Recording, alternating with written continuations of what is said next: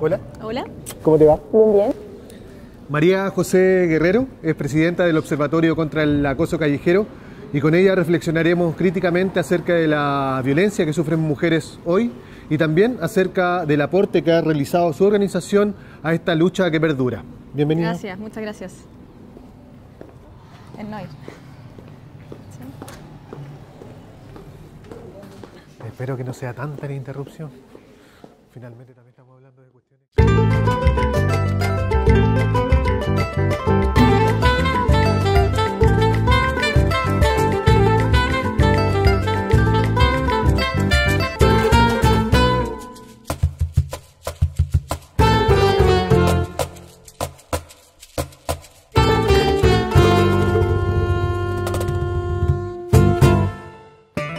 María José, partir por lo más elemental, una mirada más educativa, ¿cierto? Para quienes no sepan todavía, no se hayan dado por enterado todavía, ¿qué se entiende por acoso callejero?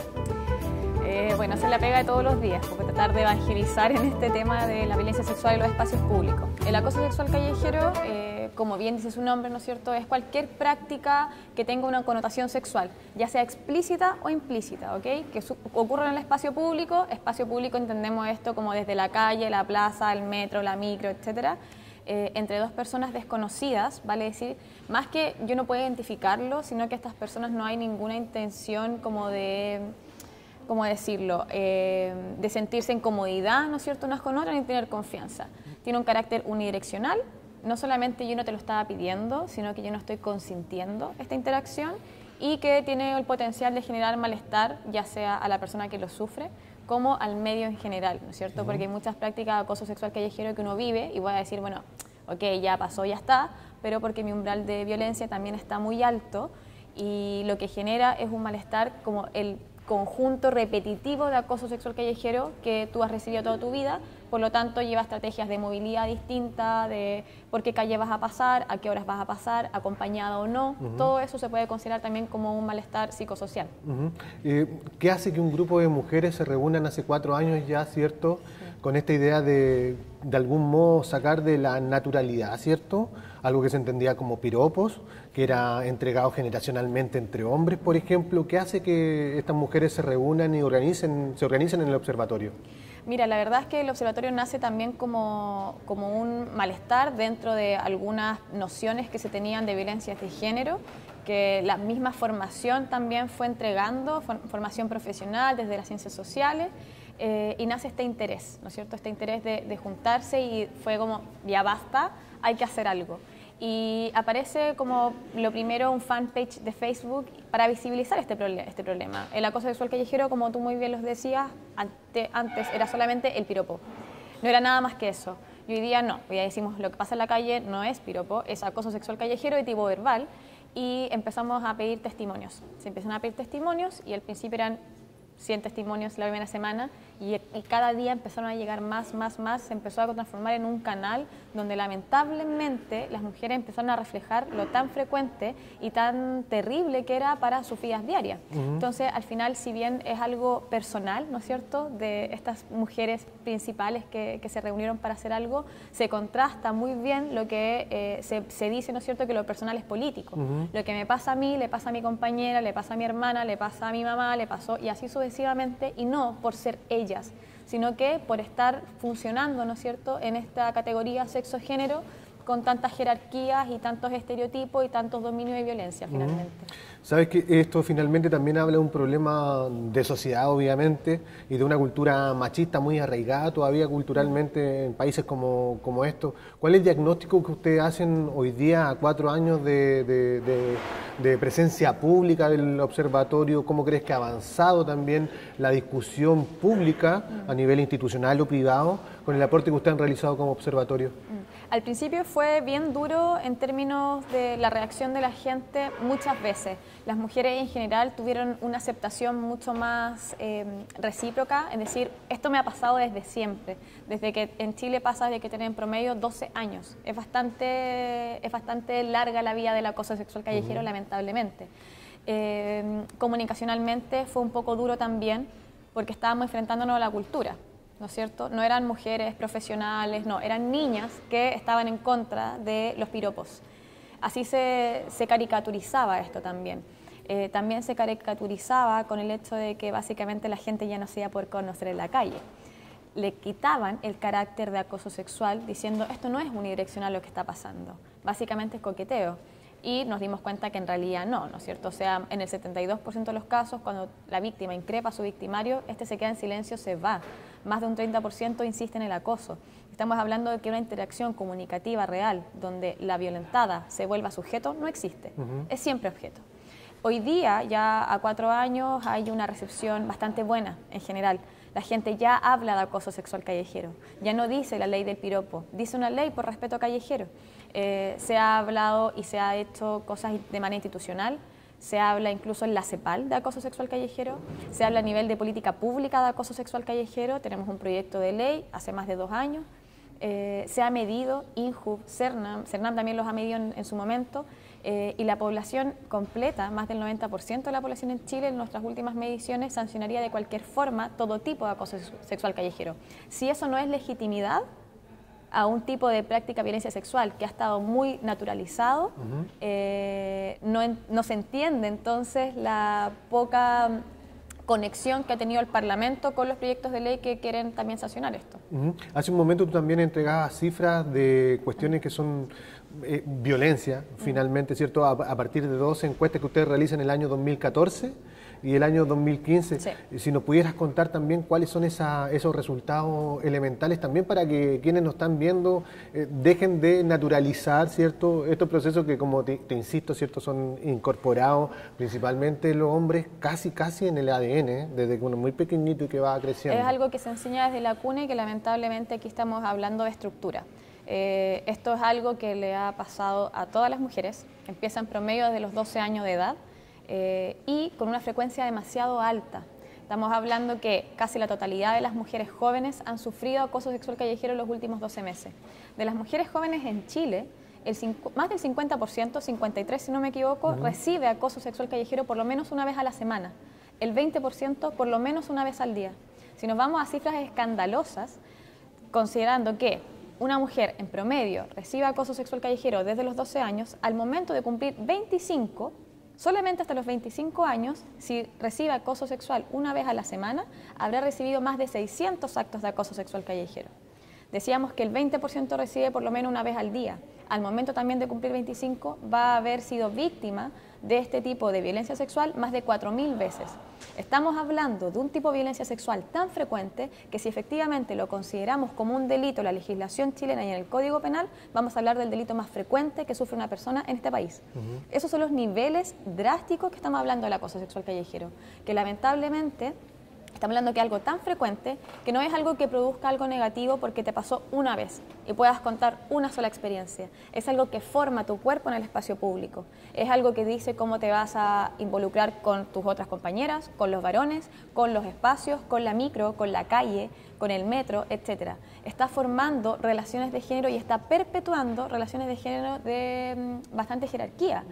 Este tipo de acoso sexual callejero pasa desde los comentarios de índole sexual, sonidos explícitos, implícitos, ¿no es cierto?, hasta los agarrones, masturbación pública, persecución a pie, en vehículo, que lamentablemente es algo bastante habitual. O sea, hace unas semanas atrás estábamos viendo testimonio de una chica que estaba en el andén del metro de Santiago y un tipo al lado masturbándose públicamente. Esa es lo que es necesario regular como un delito de violencia sexual y no como un delito de las faltas al pudor y a las buenas costumbres como hoy día se penaliza.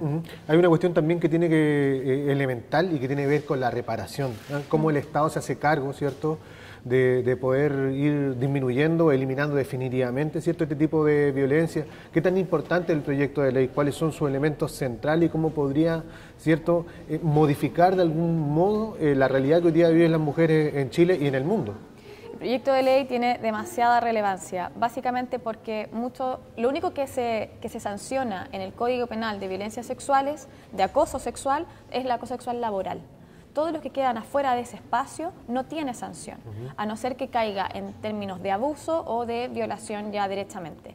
Por lo tanto, Eso, dicho una cosa, muchas prácticas de acoso sexual callejero no tienen un aspecto punitivo. Y por otro lado, muchas otras tienen un aspecto punitivo, pero desde una ley que es del año 1873-74, que es la falta a la moral y a las buenas costumbres del Código Penal, artículo 373, que se ha ocupado, lamentablemente, para discriminar de una manera tremenda, ¿no es cierto?, sobre todo a la población LGTBI. En ese contexto, este proyecto de ley que nace de la ciudadanía, lamentablemente nuestras leyes no permiten que la sociedad civil ingrese un proyecto de ley, esto se tiene que hacer a través de moción parlamentaria, por lo tanto, lo que sucede es que en el proyecto de ley no podemos tener, por ejemplo, presupuesto público. No se puede generar eso y decir, bueno, el Ministerio de la Mujer tiene que generar tantos, ¿no es cierto?, o el Ministerio de Educación tiene que tener tanto presupuesto para generar educación sexual y así.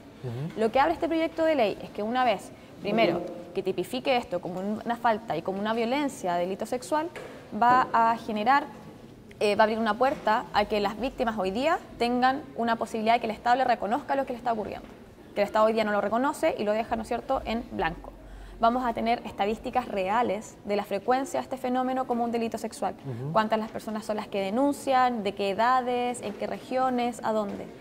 Y si estas frecuencias, como la que te decía anteriormente, que son las mediciones que hemos realizado, efectivamente son así, vamos a poder exigirle al Estado que genere, ¿no es cierto?, políticas públicas a la altura en términos de reparación y de acción sobre las violencias sexuales que hoy día están ocurriendo. Porque un proyecto de ley no es una puerta mágica para que se acabe la violencia sexual. Pensemos el femicidio, por ejemplo. Con la ley no se ha acabado. Tienen que haber medidas y políticas públicas a la altura que sean transformadoras, que sean educativas, que empiecen desde la cuna incluso de los ciudadanos en Chile. Te quiero hacer una consulta muy particular. ¿Cuál es el trabajo que tienen también con las organizaciones feministas de regiones? Porque el OCAC en general se centra, se focaliza a nivel de la capital, de Santiago, por el impacto que tiene la capital para el desarrollo del país en un país todavía muy centralizado. Sí. ¿Cuál es la relación que ustedes tienen con regiones? Mira, la verdad es que OCAC es una organización básicamente voluntaria y voluntarios. Lo que genera un problema económico real en el hecho de poder viajar mucho. Nosotros asistimos en tanto nos invitan a muchos lados y en tanto tenemos tiempo también porque todas las voluntarias y los voluntarios trabajan, tienen tiempo, jornadas completas o media jornada, lo cual dificulta muchas veces el poder estar presentes en otras regiones. Nuestro interés es muy, muy grande y llamamos en general a las otras organizaciones que puedan contactarnos si así lo requieren. Si es necesario que tengan información, nosotros en general vamos a todo lo que podemos, asistimos a mucho. Yo he estado en Antofagasta, en Talca, hemos estado en Concepción, en La Serena, en muchas regiones, tratando de tener alguna posibilidad y grado, ¿no es cierto?, de presencia, pero generar una acción a nivel nacional, territorialmente, es muy complejo por el tema de el financiamiento que puede tener, ¿no es cierto?, OCAC hoy día. La idea es que esto cambie y también enfatizar que las organizaciones feministas de mujeres que se quieren generar de violencia sexual, etcétera, que puedan también tomar las herramientas y que no sea paternalista, ¿no es cierto?, que un grupo de mujeres venga de Santiago a enseñarles cómo hacer. Hay contextos específicos, geográficos, culturales, étnicos incluso, ¿no es cierto?, que hacen del acoso sexual callejero muy distinto a distintas regiones. No quiere decir que sean menos grave o más grave. Son relaciones de género también diferentes. ¿Qué pasa en el área rural, por ejemplo? ¿Qué pasa en el norte de Chile? ¿Qué pasa en el sur?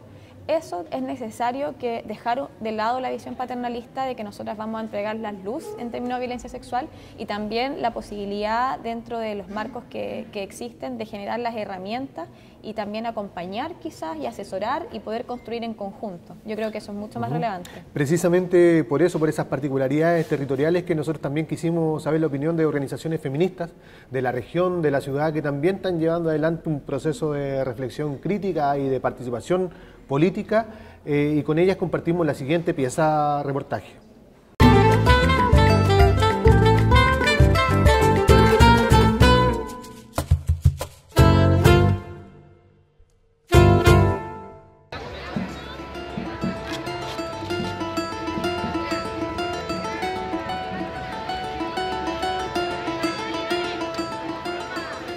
Hay muchos tipos de feminismos. Creo que ahora, personalmente, para mí el desafío más interesante del feminismo es esto de verdaderamente provocar, activar un diálogo muy profundo entre mujeres y feministas de horizontes culturales y geográficos muy diferentes.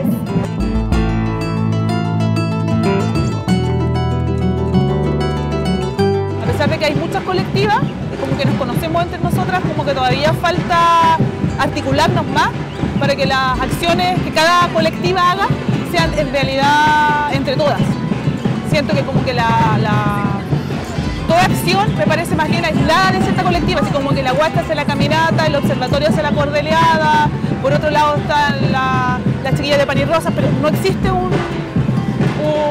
una articulación y eso es lo que nos falta.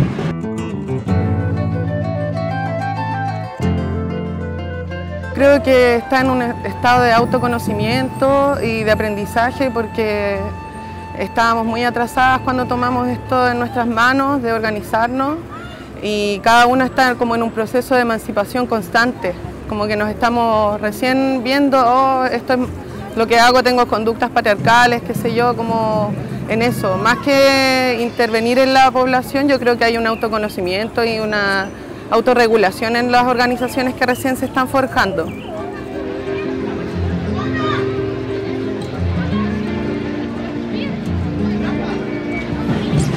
Acá en Valparaíso yo creo que están sucediendo hartas transformaciones que tienen que ver con la ciudad y siento que a nosotros las feministas nos ha faltado participar en eso, por ejemplo en cómo queremos nuestra ciudad.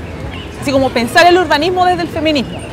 Una ciudad más amable, pensada en la diversidad, en lo distinto. Y siento que nos falta participar en eso, principalmente. Y después en las cuestiones que tienen también que ver con economía, empezar a comenzar a pensar en esta ciudad también desde el punto de vista tal vez de la economía feminista también. Y bueno, la educación, que tiene que ver también con la educación no sexista. Me parece que ahí el feminismo tiene mucho que decir.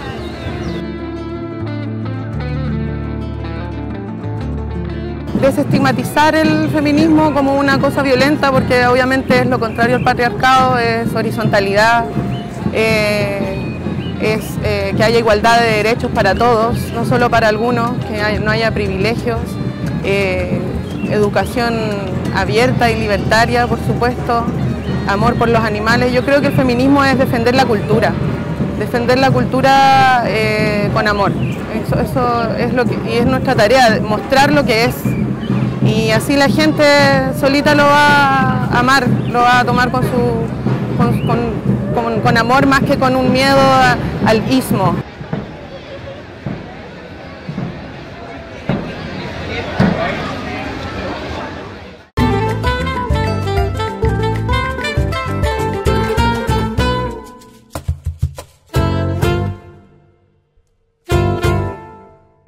María José, además Chile vive un proceso de cambio bastante relevante, aparecen figuras políticas nuevas como por ejemplo el Frente Amplio, con todas sus fortalezas, con sus debilidades, allá cada cual con su propia opinión política.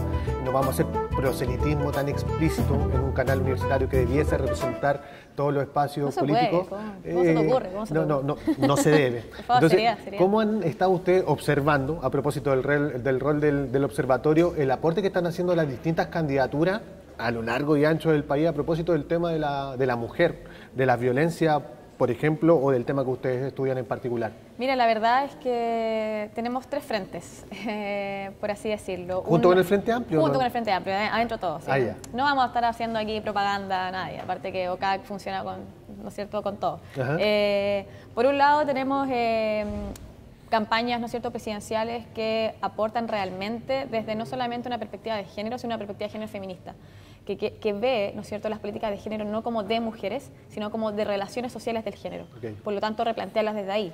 Por ejemplo, el tema del postnatal para varones. No puedo decirlo. ¿Paternidad compartida? Sí, ¿no? Coparentalidad. Ya, para la coparentalidad. Tiene que ver con eso, ¿no es cierto?, que ahí va a cuestionar el rol natural que se le ha asociado, ¿no es cierto?, a la mujer con el tema de los embarazos, ¿no es cierto?, los partos, los hijos, etcétera, por lo tanto, que la relega de los espacios públicos.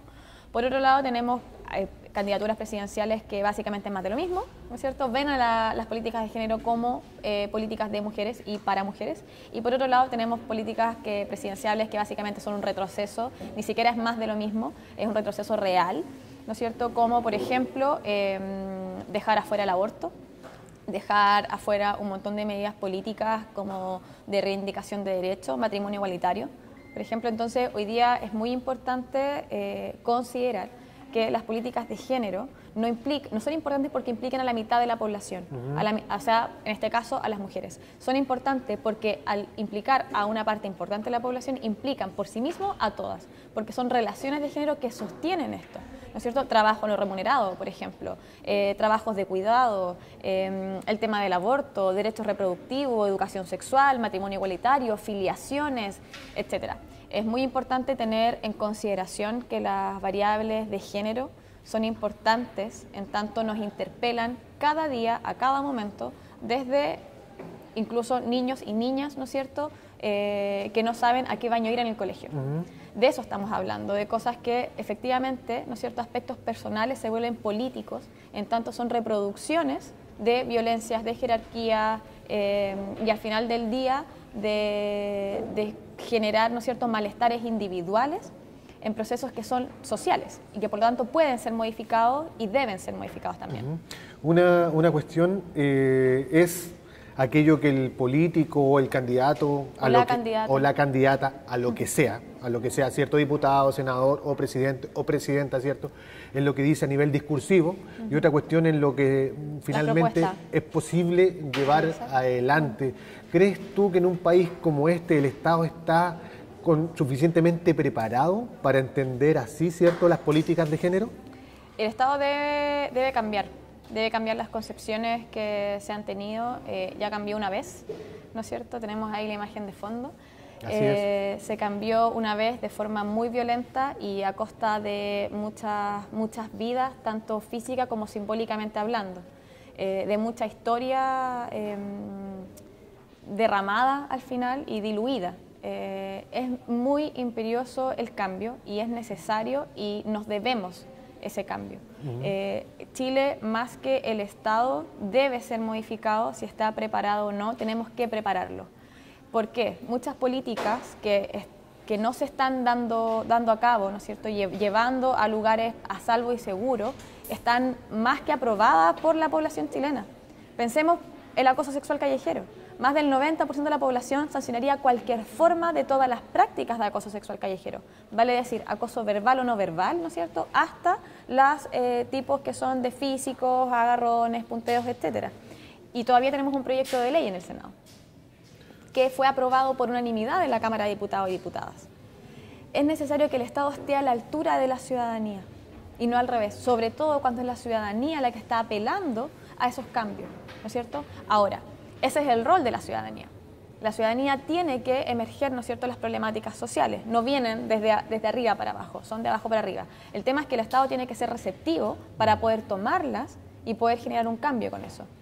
Sí, te lo pregunto particularmente porque hace algunas semanas un político, ¿cierto?, se le ocurría que una solución para evitar el acoso callejero era dividir los vagones del metro entre hombres y mujeres. Y ustedes fueron bastante contundentes en la respuesta que dieron, si nos pudiesen compartir también esa idea. Yo diré el nombre, el diputado Silver de la DC.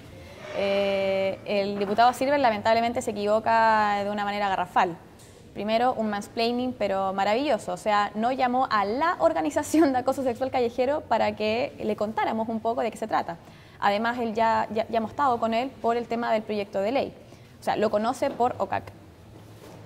Por otro lado, lo que hace el diputado es algo... Si bien lo felicitamos, ¿no es cierto?, por tener la problemática atingente y sabe que, ¿no es cierto?, hay personas acosadas sexualmente en los espacios públicos, bien, diputado Silver, una estrellita para usted. Lamentablemente, el diputado lo que entiende es que esto es algo que sucede, es algo invariante, por lo tanto, la única forma de hacer no es cambiar el problema o intervenirlo, sino que administrarlo. Lo único que podemos hacer es administrarlo. ¿Y cuál es la administración? Separar los vagones. Primero, centralismo, pero a niveles, ¿no es cierto?, gigantes. ¿Qué pasa con todas las otras ciudades que no son Santiago? donde no pasa el metro. ¿Qué pasa con esta chica que estaba en el andén, ¿no es cierto? Y el tipo al lado se estaba masturbando. Vamos a separar andenes, vamos a separar calles, vamos a separar donde cargamos la VIP. ¿Qué vamos a seguir separando? Estamos hablando de una miopía analítica imperdonable del diputado. Porque la forma de poder modificar esto no es administrar el problema. La forma de modificar esto son medidas en profundidad, a largo plazo. Aquí no hay pastillitas mágicas para que esto desaparezca del espacio público. Hay una crianza, lamentablemente, en términos de violencia. Y el diputado, básicamente, al parecer, o no lo entiende, o tiene un análisis muy miope, lamentablemente, de lo que es la violencia de género. Así que lo invitamos también, diputado, a que usted se instruya y pueda entender en qué se basan las violencias sexuales y las violencias de género en particular. María José, tú eres socióloga, sí. Estudiaste en esta casa, hoy día asume un desafío súper importante que es la presidencia de OCAC. Te quiero hacer una pregunta que nace precisamente en este territorio, en este lugar. ¿Tú crees que la universidad es una institución, en general, la universidad en general, es una institución que está preparada para formar a sus estudiantes en estos temas, con esta conciencia? Más que esté preparada, debe hacerlo. Yo aprendí, o sea, me inicié en temáticas de género, si bien todas llegamos por un malestar de guata, ¿no es cierto? Me inicié en temáticas de género acá, en la universidad, estando primer año de la carrera de sociología, de hecho, hace hartos años atrás. Y la universidad pública debe y tiene un deber, ¿no es cierto?, con esto. Estamos hablando de que hay carreras, hay posgrados en materias de género. Necesitamos sacarlo de estas casas del saber, ¿no es cierto? Necesitamos poder interpelar también a la ciudadanía, a las comunidades que rodean la educación pública y que no siga estando constreñido a unas paredes suntuosas, ¿no es cierto?, de lo que es la universidad hoy día, donde hoy día lamentablemente sigue siendo un lugar elitista la universidad. Y digo lamentablemente porque el porcentaje, ¿no es cierto?, de estudiantes que ingresan de los quintiles más pobres es bastante poco, que se quedan es bastante poco y que terminan también es bastante poco. Entonces, las universidades públicas están al debe, ¿no es cierto?, en términos de violencia sexual, en términos de violencias de género, en términos de educación y de investigación también. Los departamentos, ¿no es cierto?, de géneros en muchas universidades no existen. Los protocolos hoy día, que la misma población, ¿no es cierto?, de los estudiantes está exigiendo protocolos de acoso sexual a la altura y tampoco hay. Muy pocas universidades están trabajando en ello y si están trabajando en ellos, muy pocas también trabajan de forma triestamental, estando al debe, pero en una manera garrafal. Entonces, más que si están preparadas, deben hacerlo, deben empezar a hacerlo. Mejor vamos equivocándonos el camino que quedarnos de brazos cruzados. Sí, comentaba hace un ratito que te toca un desafío súper importante, que es asumir la presidencia de la OCAC, y para ir cerrando ya me gustaría que compartieras con nosotros cuáles son los desafíos, las metas que va a involucrar este nuevo ejercicio, este cargo político público que tiene a cargo de la organización. Varios desafíos en realidad. Primero, la pega de visibilización no está hecha. Es muy importante tener en cuenta que el acoso sexual callejero también le ocurre a hombres homosexuales, sobre todo, a mujeres transexuales en la calle. Por lo tanto, tenemos que estar ahí par a par con una ley de identidad de género. Nos ha llegado mucho y de manera muy cercana el tema de las violencias sexuales adentro de las universidades. Tenemos también ese compromiso. De hecho, hace poco firmamos un compromiso con la USAT al respecto para poder también trabajar codo a codo, tratando de ayudar dentro de lo que podemos y que ellos nos ayuden también a nosotros a comprender muchos procesos. La idea es, insisto, dejar de lado, ¿no es cierto?, este paternalismo de yo te voy a entregar todas las herramientas para. Entonces los desafíos son millones y los desafíos tienen que venir en cara, ¿no es cierto?, a un nuevo escenario político también. Estamos en periodo de elecciones ya.